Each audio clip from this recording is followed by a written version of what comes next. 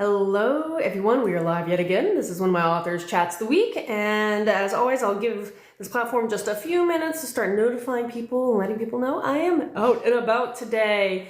And I'll keep my eye out for my co-host because I'll be sending her an invite in just a few minutes. Beyond that, I actually had worked a book event this weekend. It was my first outdoor book event, so it was a little different for me because I usually know how I like to set my table for things, but this one being the fact that I had a full 10 by 10 tent, I actually had two tables, and it was a very different setup. I also brought my dogs and my husband along, so it was a whole day event, full crowd, and it was a lot of fun, but yeah, first time outside, so I have definitely some things I want to tweak for next time, and now that I've learned a little better about how to do that, and going forward, let me see, there we go, see the invite, but yeah, it was really also very, very neat, because, hello? Hello. Hi, okay, I see you, your icon, and I hear you, but I don't actually see you, so there's a way for you to invert the camera. I think it's through, there's three little dots, and Let's see. While she gets things going. Yeah, what I was saying was for this outdoor event that I had attended, I was really neat because while I was setting up, someone shows up and was like, I've been following you on Book Talk, and I saw that you were going to be at this event and didn't realize that you were, so close to me, and came drove an hour to come and see me and buy some books. And I was like, oh, that's so cool. So that was a fun, wonderful little experience that I had over the weekend. But hi, how are you? Good, how are you? I'm great. I don't know if how often or if you've listened to any of these live chats before. They're pretty conversational. If anybody in the feed pops in a bookish related comment or question, I usually try to make note of those, because if this platform's nice, usually it is. Sometimes it glitches. I'll try to repost this on my YouTube channel at a later date and putting all your contact information down below. But good. Yeah, and since you're my co-host today, I'll let you begin by introducing yourself and what you write. So my name's Meridith Gray. I published my debut novel in 2024. It is a dark rom-com with MC and Bratva elements, as well as an unhinged FMC and lots of found family, slow burn, enemies to lovers tension, that kind of stuff. So my first novel is Becoming Indigo, and then the second book in my series that published last year is Keeping Indigo. Ah, okay. How long is this series going to be? Do you have any clue at this point, or? At least 5 books. Nice. Okay, my other question is, I'm one of those people who I kind of more or less know how many books in a series, or at least I have traditionally kind of had the idea, and I also more or less know where I want the titles to go. Do you have any clue of how you want to name titles? Obviously, you said Becoming Indigo, and what was the other one? Keeping Indigo. Keeping Indigo. So there's definitely a strong theme with the titles. Do you have the idea of what the other 3 might be? So the first 2 involve mostly my FMC Indigo. In the subsequent books, she's going to be a character, but the focus won't be as much on her. So my titles will probably be a little bit different than the first 2. But I have a couple working titles, but I haven't settled on anything concrete for book 3 yet. Hey, I know time. It's probably nerdy too, but I kind of have a rainbow theme going with my covers. So my first one is a purpley color, and the second one's blue for indigo. So my third one, I'm like, maybe I should make it some shade of green or teal or something just to keep the rainbow theme going. But I like that. I like the idea. My dark Viking fantasy series, the individual novellas covers have that kind of effect because in Norse mythology, there's Bifrost, the Rainbow Bridge. So each of the runes is a slight variation, and so it has this whole rainbow effect when you string all together all 16 I love covers. It. So I think it's really stunning and pretty to do that. So I'm all for that. Yeah, that sounds really pretty. Do you have examples of your covers in hand or nearby? Because so this is my first one. Nice. And then I've got the second one. Ah! Yeah, my cover artist is absolutely amazing. when I was designing my cover, I was like, I kind of want it to be like Lisa Frank, but macabre. So like whimsigoth kind of. So that's what I went with. And then it's been pretty popular. I At least love that. the covers have been. I mean, that's one way to like almost picture a book is like Lisa Frank, but macabre. Yeah. So let me know, like, how did you come up with your initial idea for this book series, since it's your first? And there's always a reason why someone's like, I'm going to turn this into a story and make that effort, because it's a lot of effort. It is. So I kind of was driving to work one day and just sort of was daydreaming as I was driving, and I was listening to music, and then kind of my daydream and kind of encapsulated the first 2 chapters of what would become my book. So I had this daydream and I was like, you know what, that was kind of fun. I'm going to write it down as like a short story. And my husband and my dad read it and they were like, well, what's going to happen next? And so I just kind of did it in installments, and I would finish a couple of chapters and then send it to them and they would read it. And they were like, you know, this could actually be a book if you wanted it to be. I never thought I would actually publish anything. I thought it was just going to be something fun for me to do. But after I finished the first book, I was just like, you know what, why not? If so many amazing indie authors that I read, because before I was an indie author, I was an indie supporter. I've always loved reading indie authors, and I was like, if they can do it, why can't I do it? I can at least try. I mean, it never hurts to try, and there is always going to be a ton of things that you have to learn, and you don't realize how much you have to learn until you're already at that stage, and you're like, oh wow, okay, what's next? But no, I love being an indie author, and so that whole journey it's always exciting to hear other people finally, you know, stepping foot and trying it out. And but yeah, so between your first book release and your second one, how did that go? I don't know how long it took you to create your first book and write and publish it, but let me word it this way. Did you feel like there was any differences between releasing your first book and then what you've learned since then and your release of the second book, if that makes sense? Yes. So I kind of started writing book 2 while I was editing book 1. I just kind of kept going. And then I was creating book 2 as I was refining and editing book 1. So I published them. I started writing in 2023, this story. I published the first book in 2024 and then the next book in 2025. But after that experience and then everything that's been going on in my life since I published the books, I can tell that book 3 is going to take me a little bit longer to produce. I didn't realize when I got into publishing these books myself exactly how much work an indie author has to do. Like someone like you've got a much larger backlog than I do. So I can't fathom the amount of time that you must have spent and invested in your marketing and building up your like loyal reader fan base. I had no idea the amount of work that went into that. Yeah, the marketing side of things is like, it's so funny because you don't want to scare anybody off of pursuing their dream. So you're like, write the book, because someone who's just starting, the idea of finishing a book is daunting enough. And then they finish it and you're like, okay, now you have to do the editing process. And everybody's like, wait, how many times am I going back? A lot. Plus a lot. And then you finally release your book and then, figure out, which way you want to publish and do all that, release it. And you're like, now what?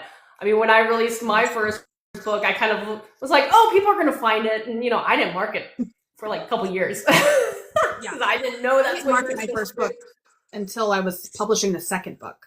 Because I just didn't know how to do it, and I didn't have the confidence. I'm a little older on TikTok, so I was like, I just cannot see myself doing some of the things I see.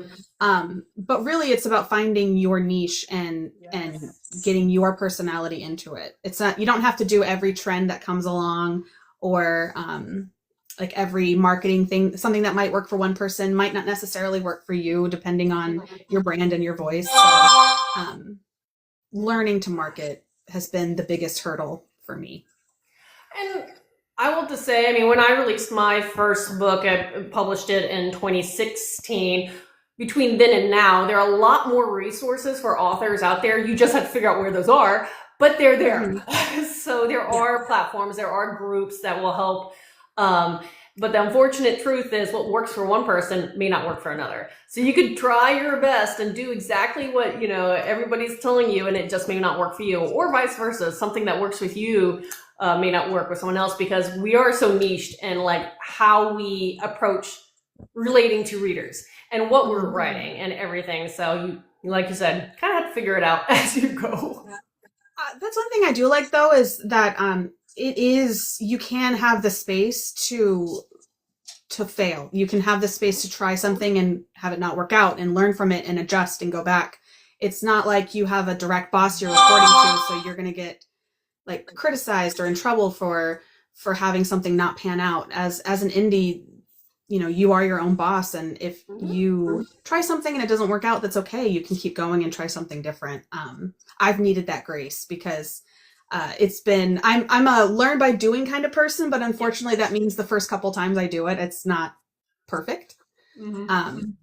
So it's been very interesting. And the biggest part for me that's been the most satisfying with doing it slowly and learning as I go is meeting other creators on TikTok and Instagram, people that are also small and building up their brand for themselves.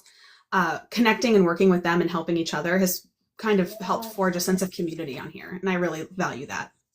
Yeah, that is something that is so surprisingly not necessarily essential. You can get around and do very well being an author and not have a author community. But for most of us, that is a tremendous benefit, having other authors and writers out there, because especially when you start meeting people at different stages, you're going to have questions at some point, or you're going to learn just by watching and talking with someone. You're like, wait, I didn't know that existed. What? Tell me more. And that's why I love doing these kind of chats, because I'm always keep my pen and paper. I'm always learning things, taking notes, because I'm like, wait, there's this? I didn't know that. Please expand. I want to know. But yeah, it's a journey. But having that community is great. But for your books, tell me a little bit more about your characters. I know you kind of gave a little highlights of your male main character and your female main character, but let me know like who they are for you. So the main character in my book, she starts out as, she's just known as the girl. She doesn't have a name. She's grew up in a very sheltered and abusive environment. And when she escapes that, she's got to learn how to develop her own sense of self. So the book starts out with someone's actually trying to abduct her. She's on the street, and this guy tries to snatch her up into his van, and he picked the wrong person to try to abduct. So she turns the tables on him, and that kind of starts a chain of events where she ends up meeting a motorcycle club and gets involved with them and some of their shenanigans. So she's kind of the unhinged, just sunshine but psychotic kind of FMC. It almost makes me think of, there's totally a lot of variations of her, but Harlequin from the DC world, particularly the Harley Quinn show version, the animated one. She's just so bubbly and a little bit of, little loose in the cannon out there, but like she's just a fun character to follow and watch. So I can definitely see that as your lead character and her shenanigans and everything.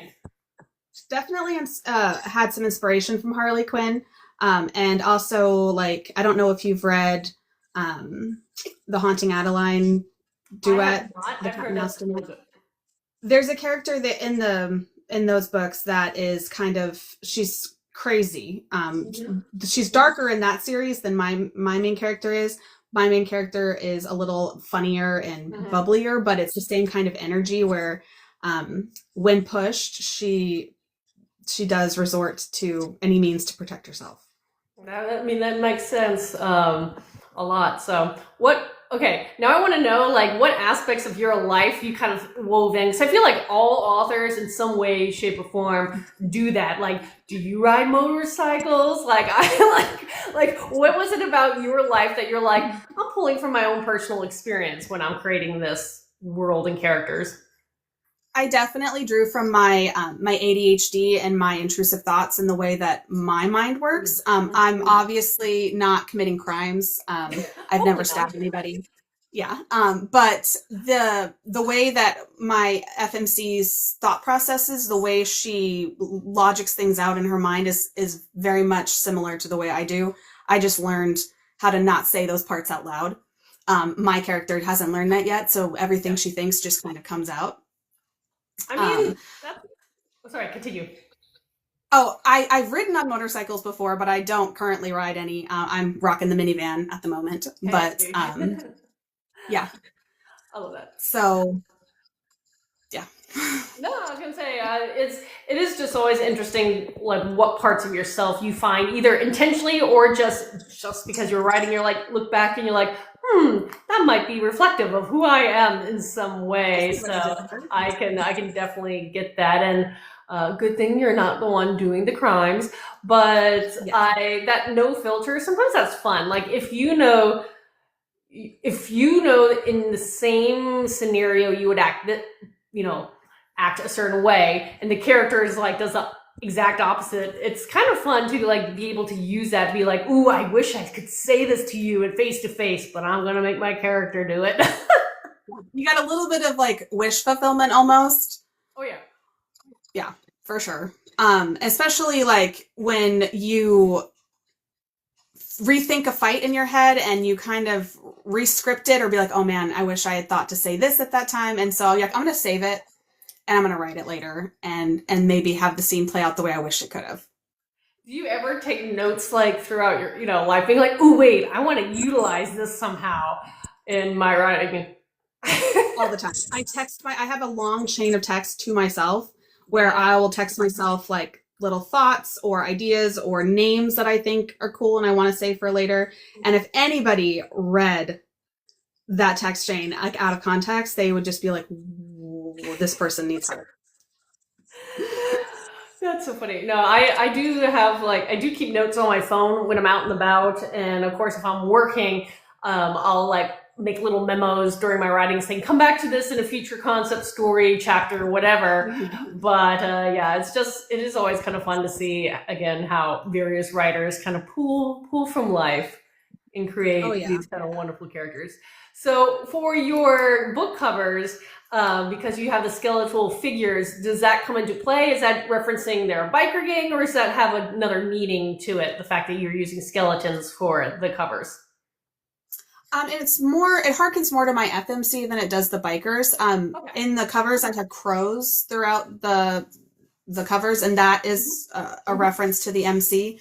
But I wanted something bright and colorful, but also macabre, like representative of death and the darker side of things, because my FMC has been through a lot of trauma, and Yeah. she's learning how to be.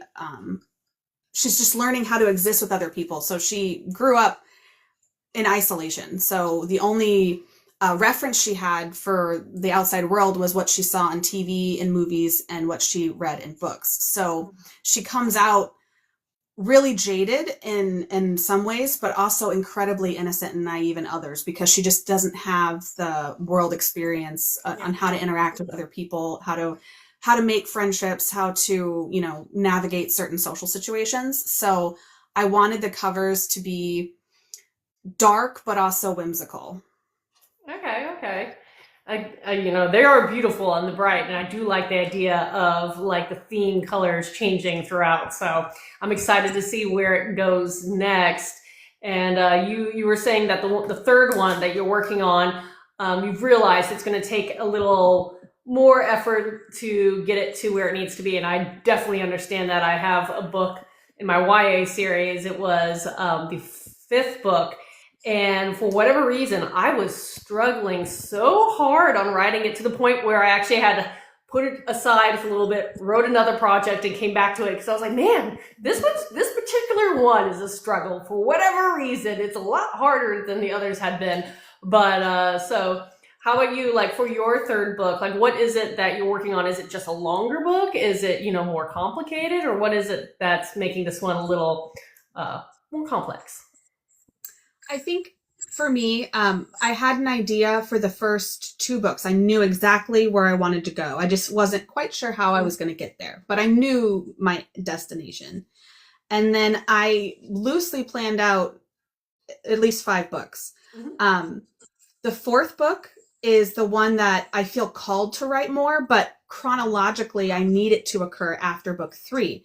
So I think I felt kind of like I went 1, 2, I skipped 3 and went to 4. Well, now I'm going back and I'm trying to find the passion for this one, but I'm just not being called to write it, if that makes sense. Yeah. So when I feel that way, I generally will jot down ideas for whatever book it is I have the urge to write.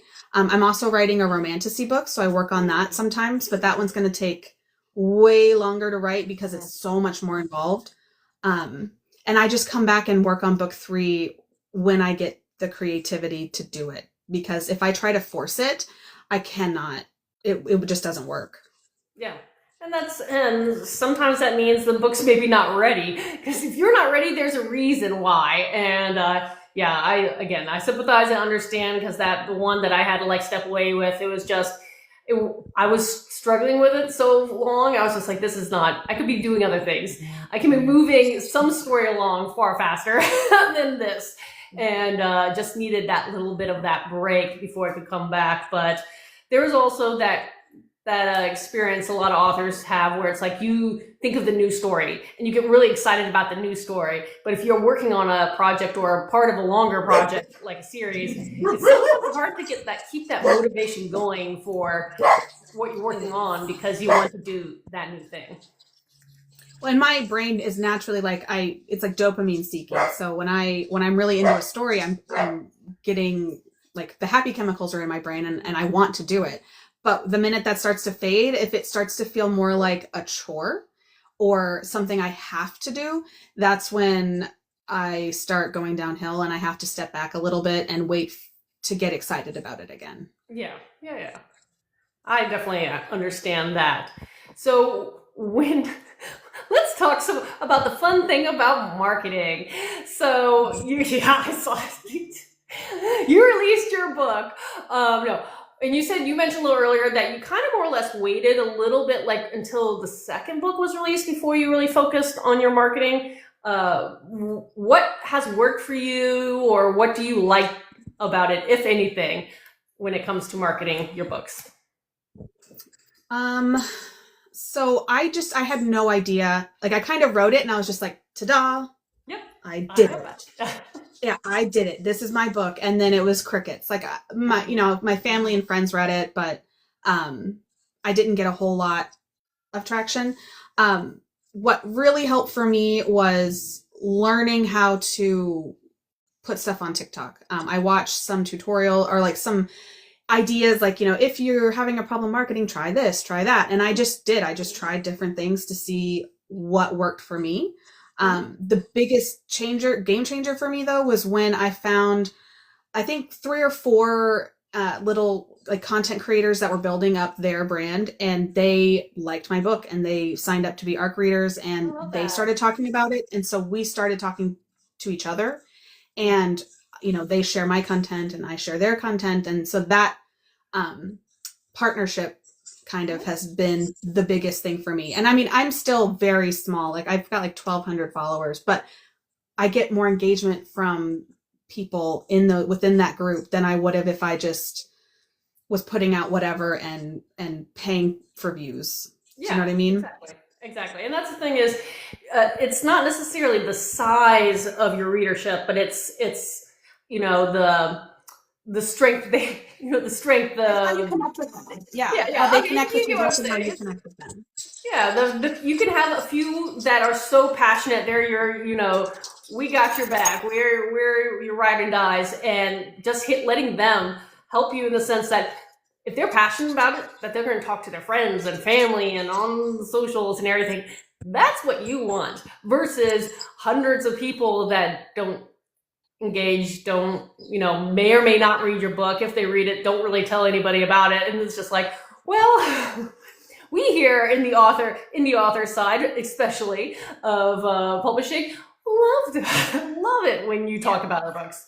Hopefully you like them, but we love that exposure of just organic people who truly just love what you write. So I Especially when people are like, "Oh my gosh, I loved your book. I gave it to my mom. I got my sister-in-law a copy," and I just absolutely love hearing that. So, because that's how I am. I've always preferred more like cult classics and smaller like fan bases that get really passionate about the thing they're into, and so that would be my dream. Would be if I don't need to be super super successful, but to me, being super successful would just be having a small group of people that just really like the story and are really into it and want to know what happens next. well, one of my responses when everybody asks like what is your level, what is success in your mind, what does that mean? And there's so many ways I could answer that, from like the super serious to the comical, but like one of my favorite responses, and because it's 100% true, is I want to go to an event one day and see someone cosplaying as one of my characters. That's one of my benchmarks for success too.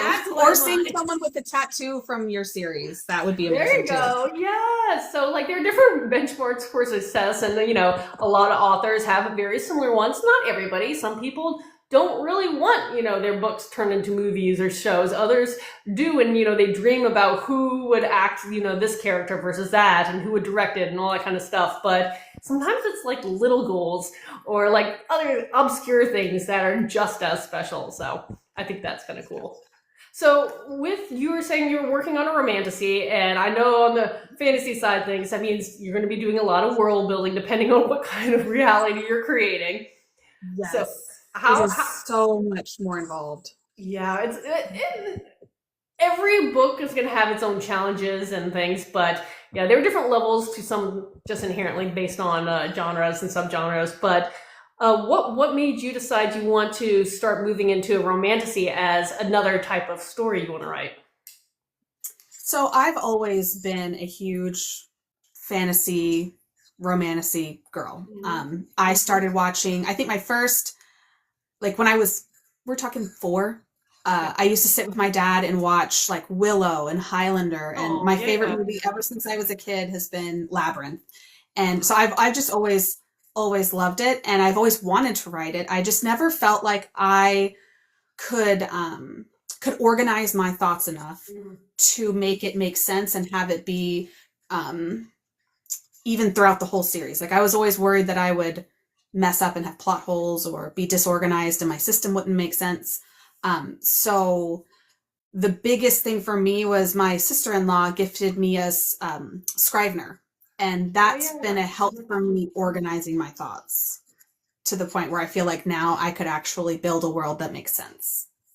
I have not used that particular product platform, I guess however you term it, but I have heard some good things. So because for anybody who's listening doesn't know what it is, you want to describe what Scrivener is, or Scrivener is? Yeah, so it's writing software to help you organize your work in progress.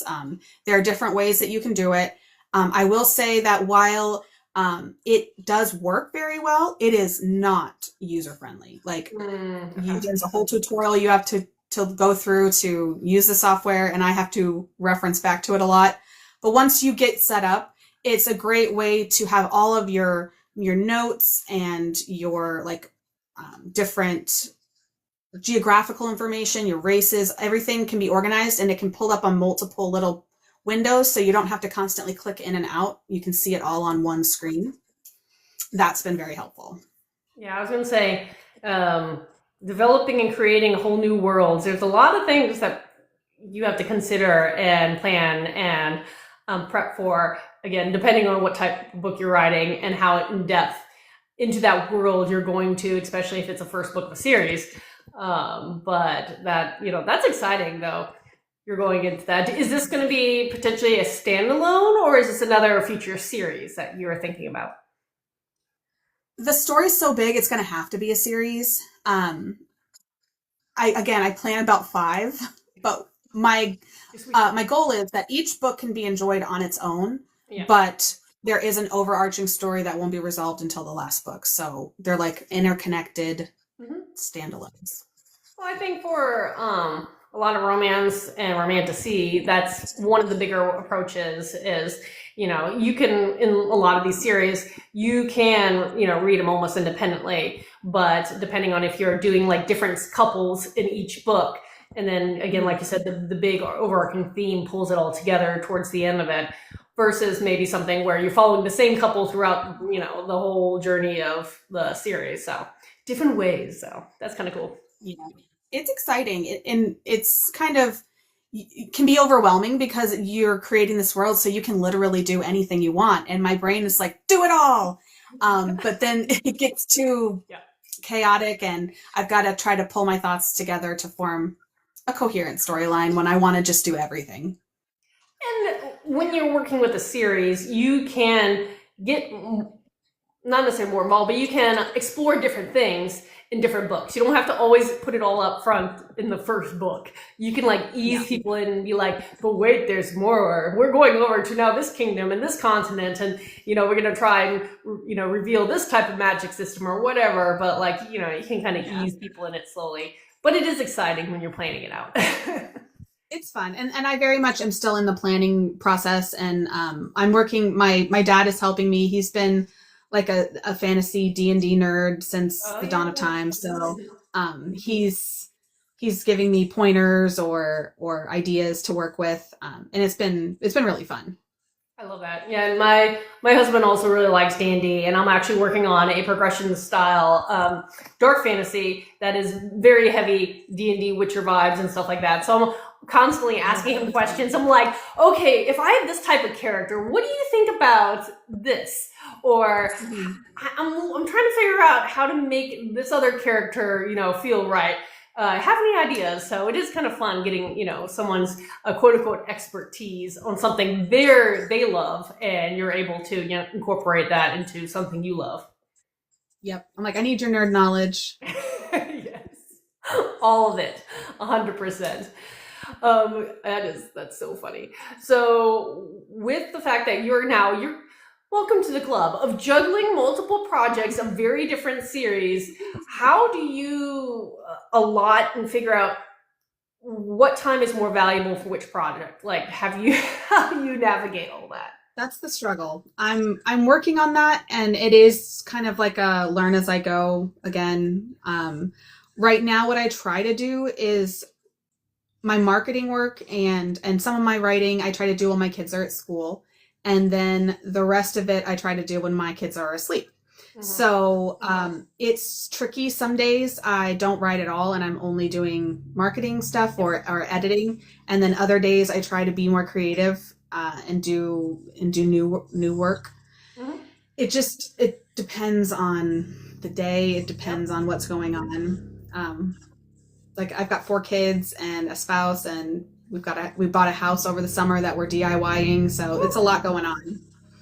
Yeah, it sounds like it. I was going to say, and that's the amazing thing that always speaks when I hear authors like you talking about finding that time and making an effort to find that time, because there's always a lot going on, and it doesn't matter if you're a full-time author or this is one of your jobs, because no matter what, writing becomes a job.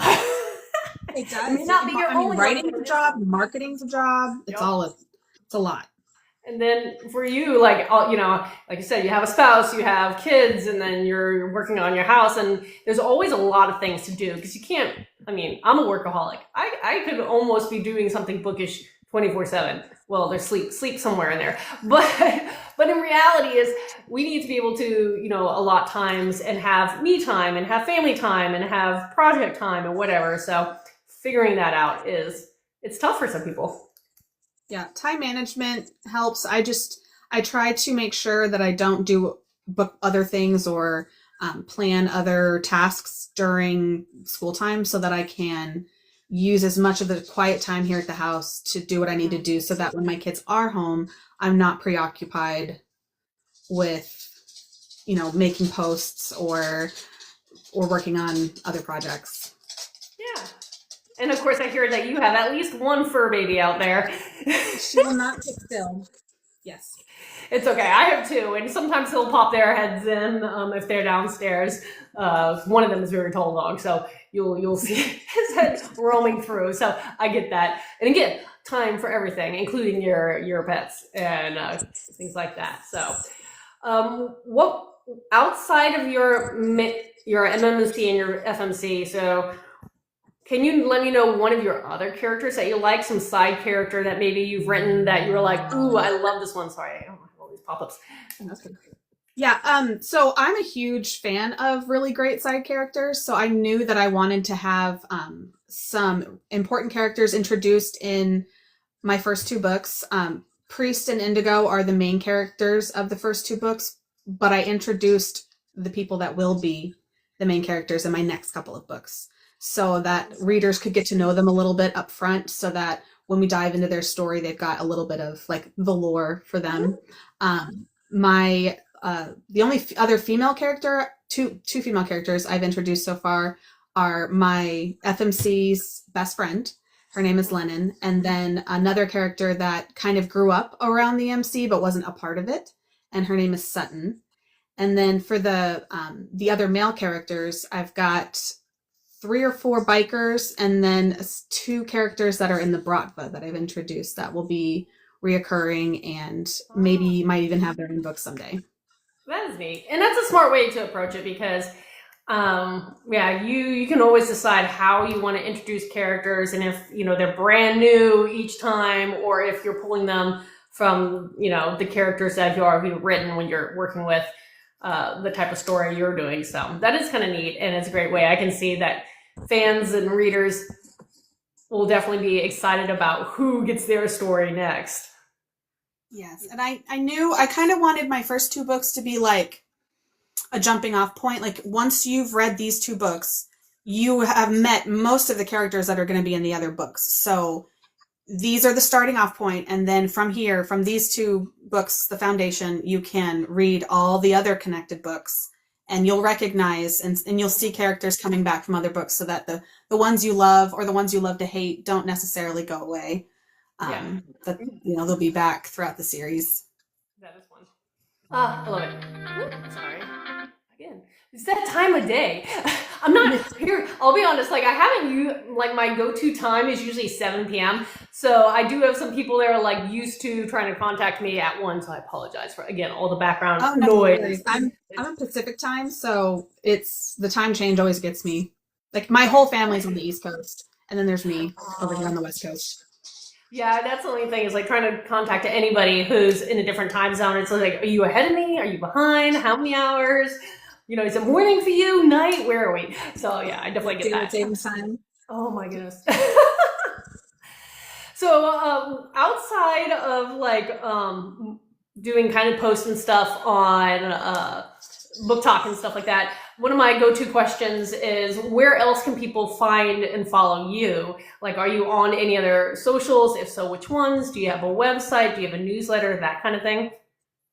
So I do have a website, and I have a link tree in my bio that will link to all my other socials.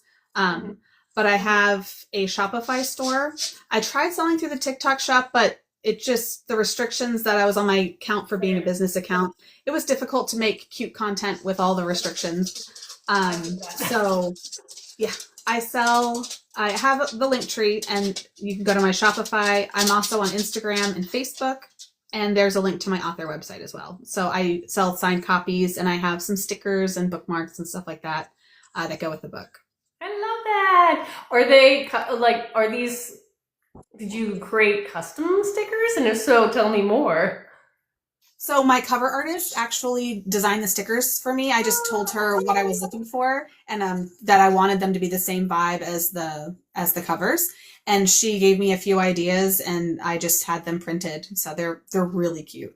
Yeah, that's so fun. I love that. Again, it's that special thing, and it's like anybody who's a reader out there who's never thought about buying directly through a author, consider it, because particularly, again, I can only speak from the indie side of things because that's what I know, is usually if the author's selling them directly, 1, it helps them out the most. 2, authors do some really cute stuff and have a lot of extras and perks for people. So I do like the idea that you have a bunch of stickers that go with your series.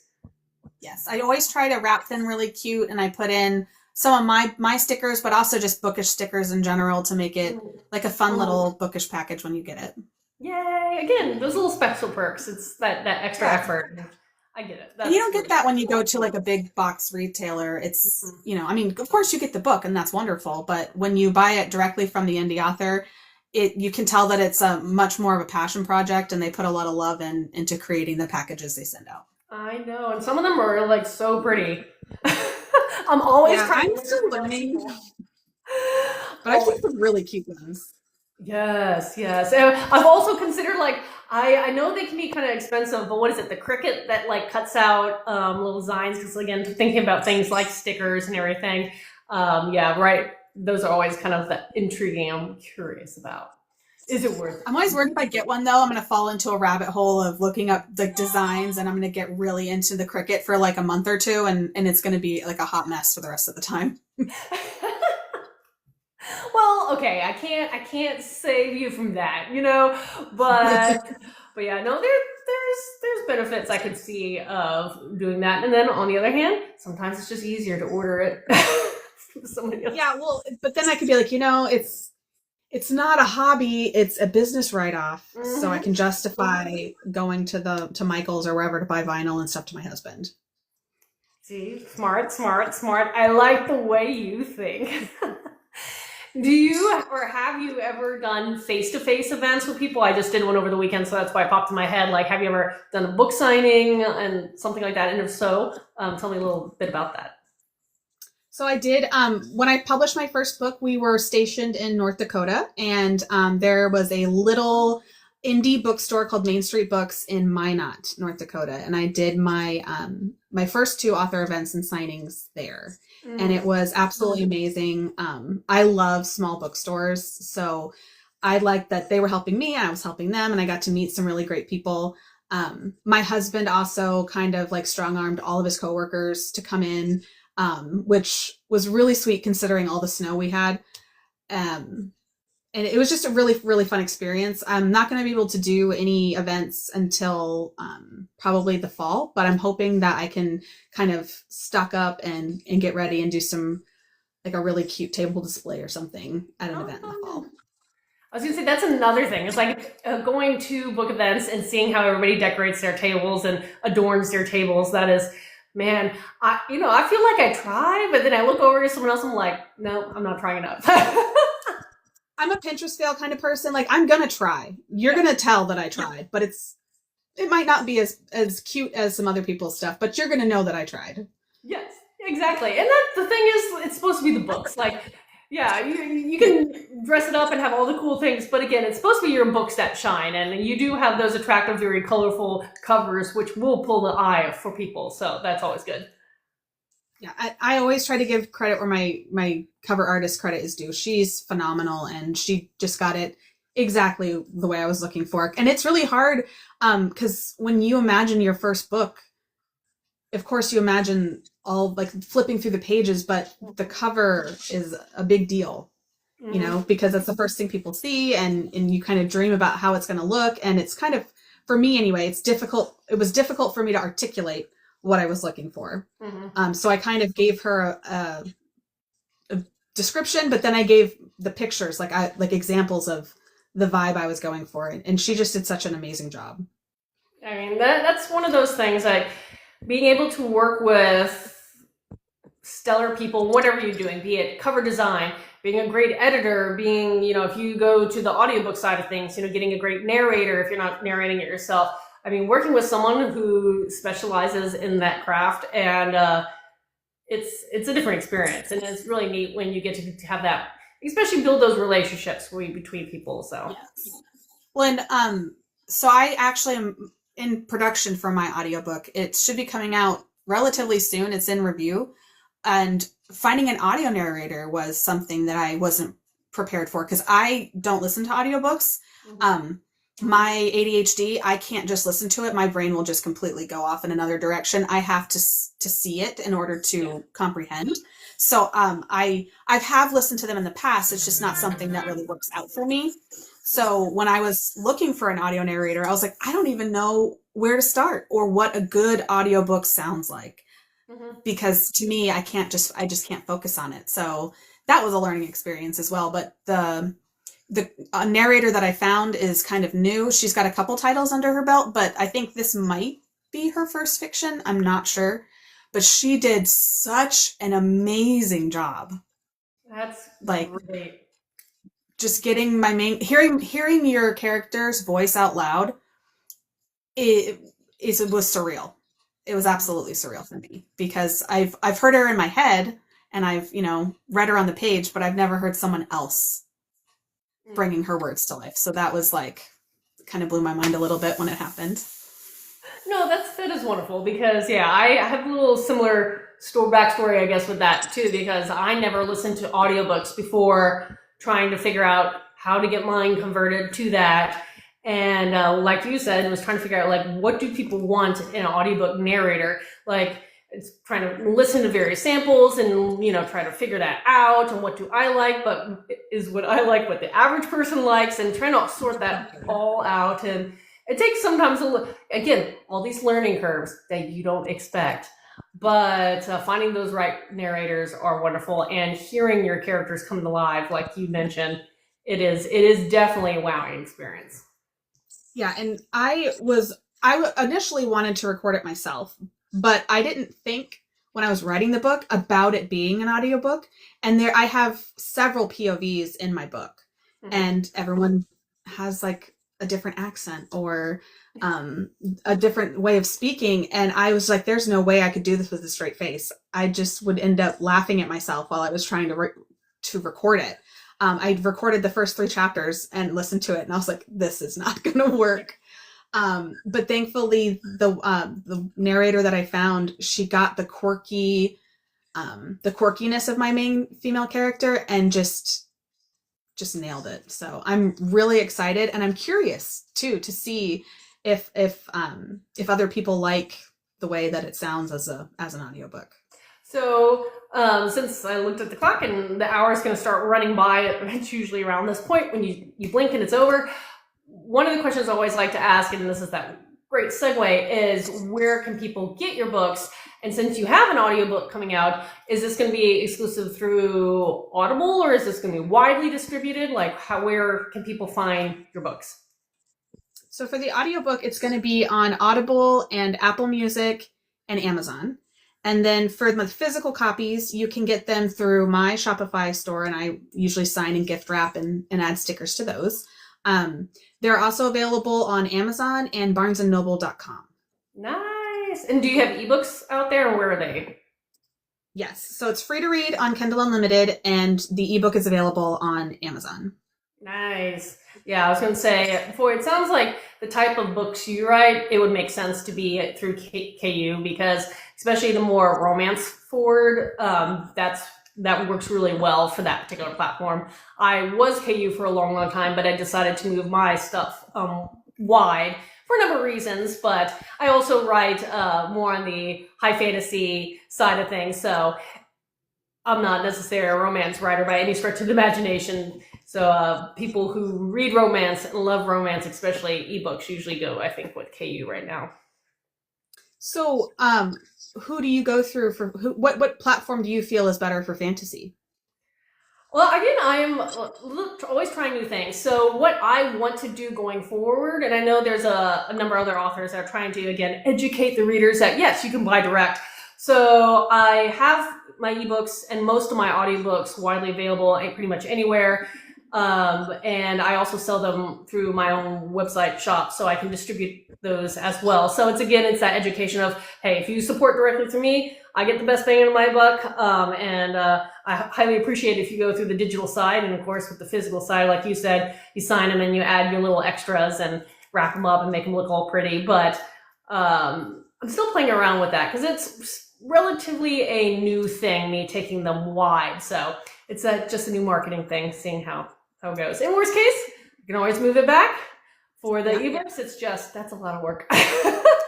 So one thing that people might not know, when you publish through Amazon, you choose how you want to distribute, especially if you're putting your ebook on Kindle Unlimited, you're restricted to only putting your ebook on Kindle Unlimited while it's there. You can't distribute it through other like Nook or whatever. But once you take it off Kindle Unlimited, then you're free to do so. but it's not the same with ebooks. When you put your ebook up on Audible, you are locked in for 7 years. Mm-hmm. So I don't know if everyone knew that. I didn't know that. So that was something I learned. Yeah, I was gonna say Audible, also depends on how you're doing it. If you're doing that 50-50 share, it's like that 7-year lock-in. You can pull out, because that's what I did, is I had my stuff on Audible originally for the ones that I paid outright and didn't do that because I've have different series and doing all the different things, trying things out. But for my 2 series that I just paid the narrators outright, I pulled it out of the Audible's exclusive rights thing to go wide for them. Now, you can't move it back in. That was a gutsy move, and I was like, well, I'm going to risk it. But I really wanted, at least for the audiobooks, to be available to go through library systems, have them on Spotify, have it, anywhere that people can get access to and everything. Because some people don't want to support Zahn, and I understand that. But there's some moves that are gutsy, and that's one of those downsides of Zahn being such a big monopoly, is they do make some unusual rules that don't necessarily benefit smaller authors like a number of us. Yeah, I paid my narrator outright, so I assumed I was going to be locked in for the 7 years, but if I can take it out after that, I mean, it'll really depend on how it does. This is a big experiment for me. I just was like, we'll just do the first book and we'll see how it goes, and we'll learn from that experience and then move on to the second book. So, and that's, again, the beauty of being an indie author. You can just, it's like, it's a good thing and a bad thing, is you can just try and see what works. And if it doesn't work out, you can try something different. The downside of that is there's nobody telling you what to do. So you're kind of just like, I'll try. That is true. And there's something to be aware of, like when you do the exclusive things through the, KU or Audible kind of things, they do pay you better that way. You get a higher cut, and as soon as you pull it out of there, that drops dramatically. So they do like having that power play. On the other hand, if it works for you and you're, making the money you want to get and you're reaching the readers you want to reach, great. If not, you can change. It's just make sure you read your contracts, know what you signed up for, and follow through with those. That's always those things. So also, let me ask you, because we have a little bit of time left, and for anybody who's listening in and wants to chime in, is there any topic you wanted to cover today that we didn't get to cover, or any question that you wanted to ask that you haven't had a chance to ask it? Because this is that wonderful time to do any of the above. I would like to say that while my books are like slow burn, kind of the romance book, there's so much more to it. Like there is the romance aspect to it, but really my main character isn't just learning how to love a potential romantic partner. She's learning how to make friends, and I really focus on the friendship aspect and the found family aspect in this series. It's one of the huge overarching themes is how you build a family and how you learn to connect with people or reconnect with people. I'm a military spouse, and I was a military kid growing up, and we move a lot. So making friendships is something that can be hard, especially when you do form a bond with someone and then they move or you move. It's something we experience a lot in our life. So that's something that it's a heavy theme in my book of how to make, or what real friendship is and how to be a friend. So for my main character, she's learning the whole gamut, how to be a friend, how to be her own independent person, and then how to learn how to like trust and form romantic bonds as well. So it's not just a romance. It's got a little bit of everything. There's action, romance. There's a lot of dark humor. They're pretty violent as well. So like definitely check the trigger warnings before you read them. But everybody that's read them so far has told me how much they laughed while they read them. And that to me is a mark of success, that someone else got my humor and enjoyed the book.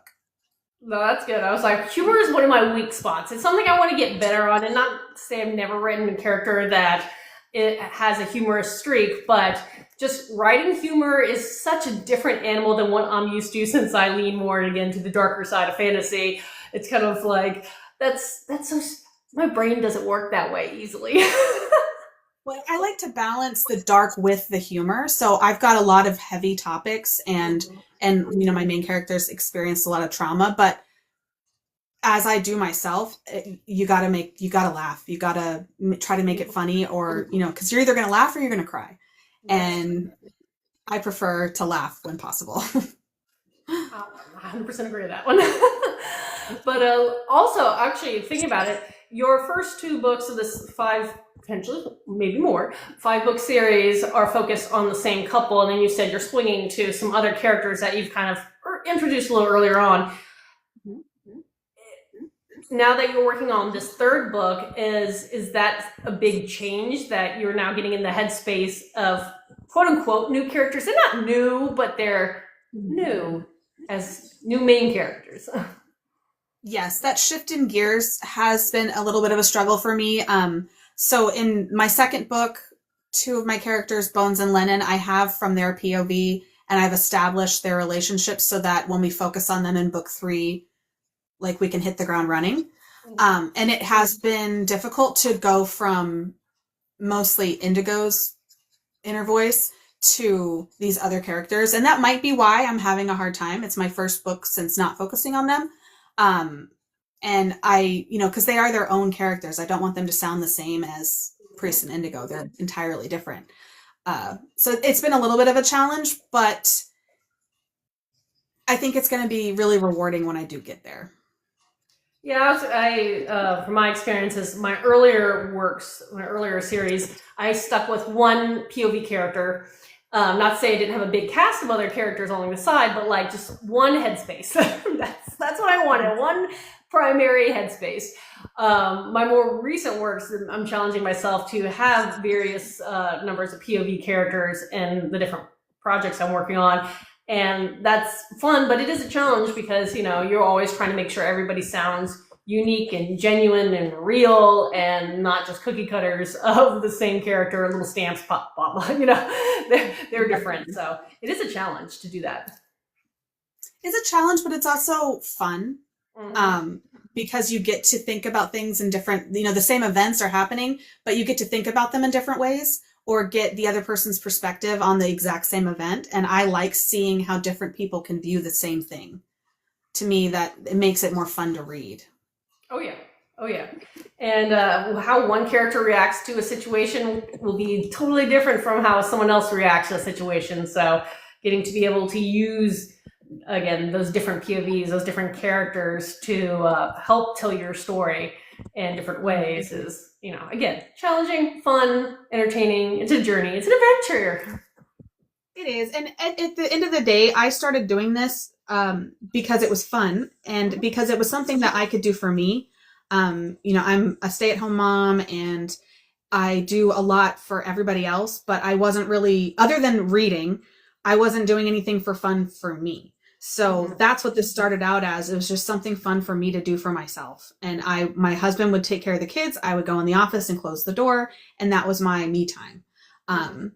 Things have changed now because my office doesn't have a door, but it's still my thing that I'm doing for myself. And that's it's done wonders for me personally to just reclaim something for myself.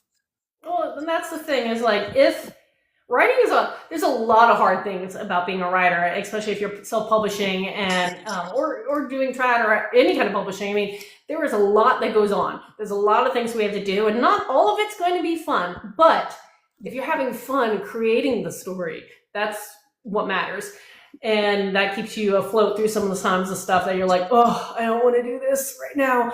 On the other hand, if it ever is not fun, you know, if it becomes, you know, something that you're hesitant about, regret, then maybe stop. You know, you want to take a step back, take a break, work on something else, and come back and reevaluate and see if what you can remove, what's not working for you, and because at the end of the day, it's your book, it's your story. You can do whatever you want. If you don't like the way things are going, then you can reassess and change things. Although sometimes it can feel kind of like not a betrayal, but like you're like, I wrote this, but it's not working for me. Do I delete it? But I wrote it. I don't want to waste the time and effort, or at least that's a struggle I have. I don't like deleting entire scenes that I've written because I took the time to write those scenes. So I want to try to find a way to make them work. And so that's been something I've been having a learning curve with, is learning what to let go and what to keep working on. And talking to various authors, they all have different opinions about it. Some people put those away in a file because maybe they'll use them for future book series and it'll just work for another scenario in another day. So there are a lot of authors that will just file those things, not delete them, but like say, we're going to put this in like this weird file, this unusual things that just go in there based on what you've read. And other people, you know, as you're building your fandom, you may be able to be like, hey, I'm going to do a special edition. I'm going to do a, you know, a sneak peek behind the scenes of a deleted scene, a deleted chapter, and gift it out to your readers. And they're like, ooh, and then of course that opens up the doors of like, why did you delete it? And blah, blah, blah. And you're like, okay, it's, you know, it can give you something to use as a gift, a thank you, you know, motivation for readers. Also, if, you know, we don't want to use it for that, store it for another day. Who knows? You may use it at some point. Yeah, I'm more on the side of save it for later than delete it. I do have something that I reference in my books, like this big bad thing that happened. People talk about it, but my main character doesn't know what it is. So she keeps hearing about it, but she has no context or details. So she's like, what are you guys talking about? Like, what happened? Mm-hmm. And I think eventually I would like to write like a novella of that incident and then share it with people who like read my newsletter if I ever get one, or things like that, as like a little fun novella incentive kind of thing. Oh, I love that. I absolutely love that idea. So last question, we already hit that hour and I won't keep you hostage, but I do want to ask, are there any particular dates you want people to keep in mind? Like, are you doing any signings or your upcoming releases? Is there anything that you want people to be aware of in the near future? The audiobook will be coming out in April. So it's in review and they're like, oh, we'll publish it once it's in once we're done reviewing it. So it could be anytime between now and like the next 10 business days. But that's my new big thing. If things go well with the audiobook and it's well received, then I will probably start working on the second audiobook over the summer. I was hoping to publish book 3 towards the end of 2026. That's still my goal. But with some of the life events I've got going on right now, I have to give myself grace if I don't meet that goal. But that, as of now, is what I'm still trying to do. So hopefully book 3 will be out by the end of the year. If not, then early 2027. Hey, it's okay. I always try to plan like my publishing cycle well in advance, and almost guaranteed there's always going to be some ripple that all of a sudden you're like, okay, well, here we go. It'll get there. Hopefully it will be at the end of this year, but like you said, give yourself grace if it's not possible. Your readers will wait. Don't worry. Thank you so much for talking with me today. And thank you for hanging out for this past hour and getting to know you, what you write, your experiences. And I always love being able to talk and communicate with other writers in this space. So thank you so much. I appreciate you so much. I appreciate being here. Thank you. And for everybody who has listened, thank you so much. And again, if I'm able to, I'll share this on my YouTube channel in a couple weeks. But until then, everyone, hope you guys have happy reading and wonderful rest of your day. Bye. Happy reading. Bye-bye.